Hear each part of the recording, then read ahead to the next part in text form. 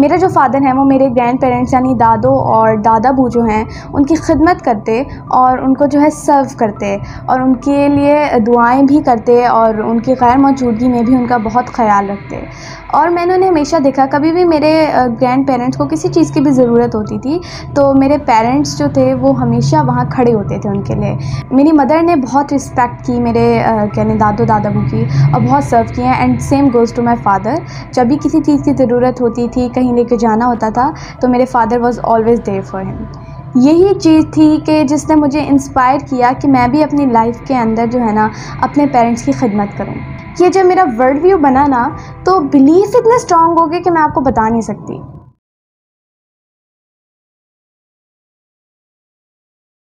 अस्सलाम वालेकुम, I am Nabika Batool. I am a Muslim inspirational speaker, trainer, coach and entrepreneur. कैसे हैं आप सब? मैं उम्मीद करती हूँ कि आप सब अल्लाह के फजल करम से बिल्कुल ठीक ठाक होंगे।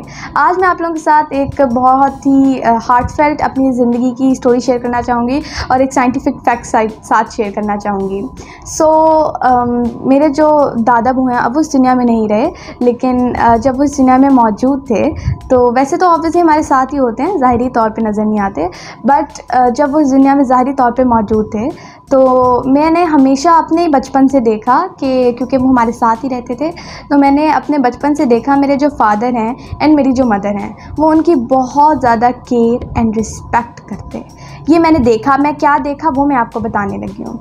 मेरे जो ग्रैंड कहने फ़ादर थे वो बहुत ज़्यादा ऑब्वियसली ग्रेट इंसान थे और बहुत उन्होंने अपनी लाइफ के अंदर बहुत अचीव की। तो मैंने हमेशा देखा कि मेरे जो पेरेंट्स थे उन्होंने उनकी बहुत खिदमत की। लाइक उनको जो है खाना खिलाना, फिर कुछ उनका खाना क्योंकि थोड़ा अलग से होता था कि उनको थोड़ा सॉफ्ट खाना चाहिए होता था और वो ऐसा मेरी मदर बना के देती। अगर लाइक उनको जो है अगर सालन बनाया है तो सालन का शोरबा डालना, उसके अंदर रोटियां तोड़ना, छोटी छोटी तोड़ के डालना, उसको मिक्स करना और उसका जो है कहने एक कहले पेस्ट बना के या सूप बना के उनको देना ताकि उनको कोई खाने में प्रॉब्लम ना हो।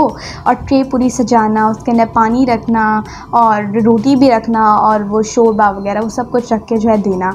और वो जो है उनको सुबह भी नाश्ता देती थी, सुबह उनको ब्रेड वगैरह जो भी चाहिए होता था वो देती थी और जैसे जो उन्हें पसंद होता था मेरे दादाबू को वो देती थी। यानी कि उनको मेरे ग्रैंड फादर को शहद और उसके ऊपर ब्रेड और ब्रेड के ऊपर शहद बहुत पसंद था तो वो जो है मेरी मदर उन्हें बना के देती थी, साथ वो चाय पीते थे। तो वो जो है मैंने बचपन से ये देखा और बहुत लविंग फैमिली अल्हम्दुलिल्लाह हमारी। एंड मैंने अपने फ़ादर को भी ऐसे ही देखा कि वो अपने कहले वालिद साहब के साथ यानी अपने फ़ादर के साथ बहुत रिस्पेक्ट से पेश आते और उनको जो है अब्बू जी कहते और उनसे जो है प्यार से पेश आते।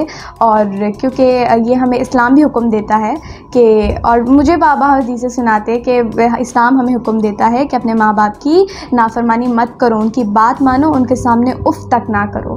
तो यही मैंने अपने अल्हम्दुलिल्लाह पेरेंट्स को कहले करते हुए देखा कि वो जो है मेरे ग्रैंडफादर के साथ जो है बहुत अच्छा सलूक करते हैं। उनको किसी चीज़ में प्रॉब्लम आ रही होती वो जो है करके देते हैं। उनको जो है कपड़े जो है उनको प्रोवाइड करते या देते या उसके हवाले से उनको गाइड करते। किसी चीज़ का उनको ना मिल रहा होता तो वो करके देते। कोई चीज़ गुम हो जाती थी अक्सर तो वो जो है उनको ढूंढ के देते। अक्सर तबीयत ख़राब हो जाती थी तो मेरे फ़ादर एंड मेरे ताईजान दोनों उनको हॉस्पिटल भी लेके जाते, उनके साथ मौजूद रहते। और उन्होंने जो है मेरे फ़ादर ने मेरे दादाबू के लिए स्पेसिफ़िकली अपना बिज़नेस भी पॉज कर दिया था ताकि वो जो है उनका ख़याल रख सकें। तो ये मैंने अपने ज़िंदगी के अंदर जैसे आँख खोली तब से मैं ये देख रही हूँ। तो सिर्फ दादाबू नहीं, दादो भी। अभी दादो जो हैं जब मैं अपनी कहने 5 साल की थी तब वो इस दुनिया से कहने चली गई थी, पर्दा फरमा गई थी आप कहने। तो वो इतनी मेमोरीज़ नहीं है मेरे साथ, लेकिन जो दादाबू के साथ मैंने देखा मैं वही आपके साथ शेयर कर रही हूँ। दादों के साथ मेरी है मेमोरीज़ कुछ हैं और उनके साथ भी मैंने ऐसे ही देखा। दोनों बहुत ज़्यादा लाइक मेरे दादों से प्यार करते हैं। तो वो चीज़ मैंने देखी है, मेरे वर्ल्ड व्यू के अंदर बहुत अच्छी बैठी और इससे मेरा बिलीफ ये बना कि हमेशा माँ बाप की रिस्पेक्ट करनी चाहिए, हमेशा अपने माँ बाप की खिदमत करनी चाहिए। आप यकीन करें मेरे माँ बाप ने मुझे शायद ज़िंदगी में एक दफ़ा भी नहीं कहा होगा कि हमारी रिस्पेक्ट किया करो, हमारी केयर किया करो, ये किया, या मेरे बहन भाइयों को भी नहीं कहा होगा। लेकिन मैं अपनी सिस्टर को आज भी देखती हूँ, वो उनकी गैर मौजूदगी में भी अपने बहन भाइयों को नसीहत करती है कि देखो आपने जो है उनसे प्यार करना है, वो आपके लिए अच्छा सोचते हैं। ये कैसे हो पाया जबकि माँ बाप उन्हें कहते भी नहीं हैं? वो इसलिए हो पाया क्योंकि हमने अपने वर्ल्ड व्यू के अंदर ये देखा, आंखें खोली, ये देखा। और जब ये देखा तो फिर वहाँ से हमारा बिलीफ बने, और बिलीफ बहुत स्ट्रांग होते हैं और ये शुरू की एजिस के अंदर बनते हैं जो कि फिर हमारी पूरी ज़िंदगी के अंदर इम्पैक्ट करते हैं, और हम अपने बिलीफ्स पे ही चल रहे होते हैं। हमें रियल लाइफ के अंदर इसका अंदाज़ा नहीं होता, बट हम अपने बिलीफ पे ही चल रहे होते हैं। तो जो मैंने देखा उससे मेरा बिलीफ बना, और बहुत स्ट्रांग बिलीफ बना कि हमें अपने पेरेंट्स की खिदमत करनी है, हमें अपने पेरेंट्स की रिस्पेक्ट करनी है, और ये मेरा बहुत ज़्यादा ग्रेट बिलीफ बना। और वर्ल्ड व्यू के अंदर मैंने वही बातें हदीस पाक जो है अपने पेरेंट्स को लोगों को सुनाते हुए सुना, और हमें भी ऑब्वियसली कह लो उन्होंने हमें हदीस पाक सुनाई। और जैसे कि हदीस पाक के अंदर ये भी है कि दूसरा जो सबसे बड़ा गुनाह है वो माँ बाप की नाफरमानी है। तो ये चीज़ जो है फिर क्योंकि वर्ल्ड व्यू में मुझे इतना स्ट्रांग मिला कि बाकी चीज़ की ज़रूरत ही नहीं पड़ी। जब वर्ल्ड व्यू स्ट्रांग मिला, बिलीफ स्ट्रांग बना।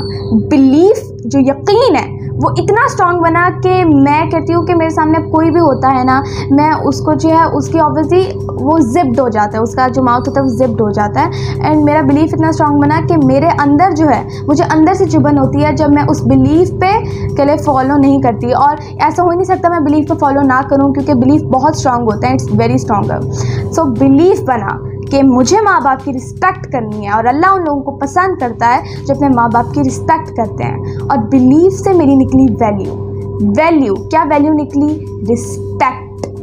अपने पेरेंट्स की रिस्पेक्ट करनी है, उनकी केयर करनी है, ठीक है। वैल्यू ये निकली मेरी, यानी कि कोई भी सिचुएशन हो मैं सिचुएशन पे कॉम्प्रोमाइज़ कर जाऊंगी, मैं इस वैल्यू पे कॉम्प्रोमाइज़ नहीं करूंगी कि मुझे अपने पेरेंट्स की रिस्पेक्ट करनी है। यही चीज़ होती है जो कि हमारी फैमिली की एक वैल्यू में से है, रिस्पेक्ट, और एक केयर भी है।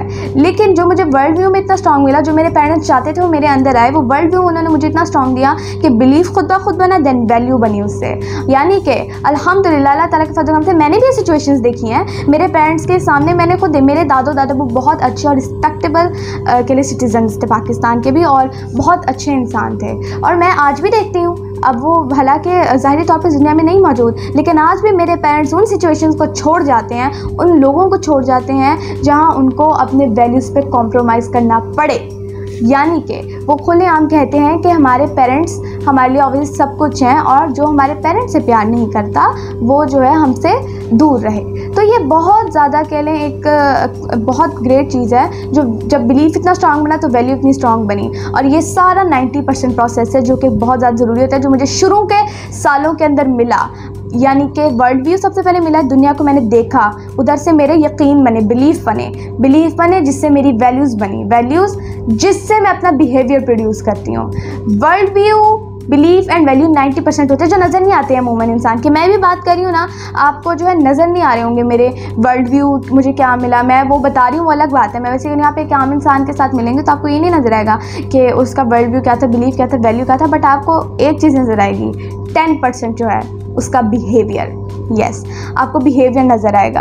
आज जो है मेरे जो बहन भाई हैं या मैं जो हूँ बहुत ग्रेट के लिए सोल्यूशंस प्रोवाइड करते हैं, तो वो बिहेवियर है, और उसके पीछे 90% पूरा मेरा बचपन है, और ग्रेट होम स्कूलिंग है जिसके अंदर मुझे वर्ल्ड व्यू बहुत अच्छा मिला, जिसके अंदर मुझे बिलीव्स बहुत स्ट्रांग मिले, और जिसके अंदर जो है कहने मेरी वैल्यूज़ बहुत स्ट्रांग मिली, और उसके मुताबिक आज मेरा बिहेवियर प्रोड्यूस होता है। आज जो है अगर मेरे जो बिलीव्स बने हैं, जो मुझे वर्ल्ड व्यू मिला है, जो मेरी वैल्यूज़ हैं, उनके जो है मुझे करना ही नहीं पड़ता फॉलो के लिए। बीका तुमने जो है ये करना है, बीका अपने पेरेंट्स की रिस्पेक्ट करनी, मुझे इतना आपको नहीं कहना पड़ता। मेरी बॉडी, मेरा माइंड ऑटोमेटिकली परफॉर्म करता है। क्यों?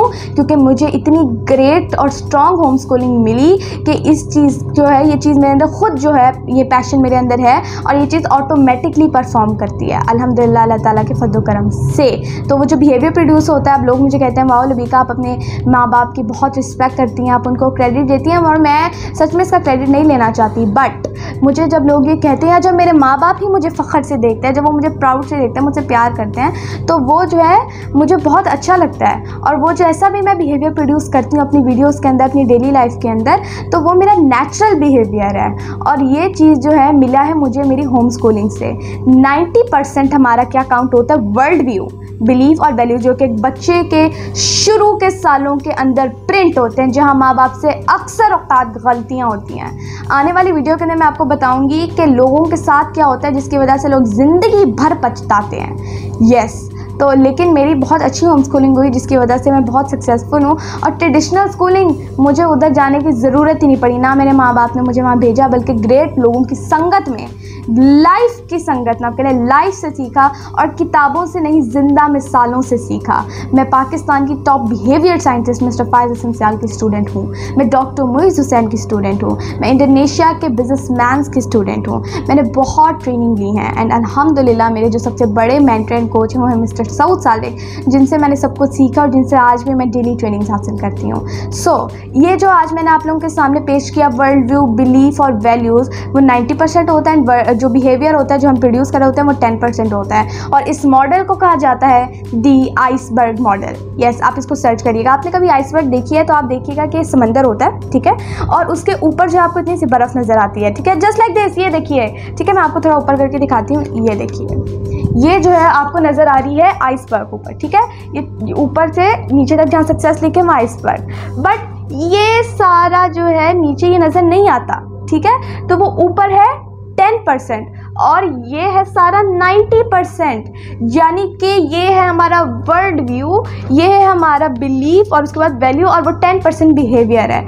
ये है, और ये चीज़ जो है बहुत ज़्यादा इम्पॉर्टेंट होती है। और अगर आप एक पेरेंटिंग को भी समझना चाहते हैं तो दी आइसबर्ग मॉडल बहुत ग्रेट है, और इसको जो है आप नेट पे सर्च कर सकते हैं। ये एक बहुत है, कह लें, मारूफ है, और ये जो है बहुत ज़्यादा अच्छा मॉडल है अंडरस्टैंडिंग के लिए, जो कि मैंने अल्हम्दुलिल्लाह मुझे बड़ी देर से पता है, और मैं इसको बहुत ज़्यादा जो है बेहतरीन तरीके से एक्सप्लेन अल्हम्दुलिल्लाह कर पाती हूँ। और ये जो है मैंने आपके साथ इसलिए शेयर किया क्योंकि मैं चाहती हूँ कि आप लोग भी एम्पावर हों, आप लोग भी अवेयर हों, क्योंकि अब बस टाइम ख़त्म हो गया। अब आगे सारा का सारा दौर ही होम स्कूलिंग का है, और ये चीज़ें जो है अब मैं नहीं बल्कि आपको दुनिया बता रही है। तो मैं तो अल्हम्दुलिल्लाह, मैं, मेरी एल्डर सिस्टर से लेकर मेरी सबसे छोटी बहन तक, हम सारे होम स्कूल्ड हैं, और हम सारे लाइफ की हर एस्पेक्ट में, हर स्किल के अंदर अल्हम्दुलिल्लाह एक्सेल करें। Thank you for watching my video. इस वीडियो को लाजमी देखें, इस वीडियो को पेरेंट्स लाजमी देखें इस वीडियो को, और ये वीडियो बच्चे भी ज़रूर देखें ताकि उन्हें पता चले कि एक्चुअल में उनके साथ क्या होता है और उनको अपने आप पे कैसे काम करना है, ठीक है। Thank you for watching my video. Like करें, शेयर करें, चैनल को thank you for watching my video. Like करें, शेयर करें, चैनल को सब्सक्राइब करें एंड बेल आइकन को दबाना मत भूलिएगा। Stay tuned for next videos. जज़ाकल्लाह, अल्लाह हाफिज़।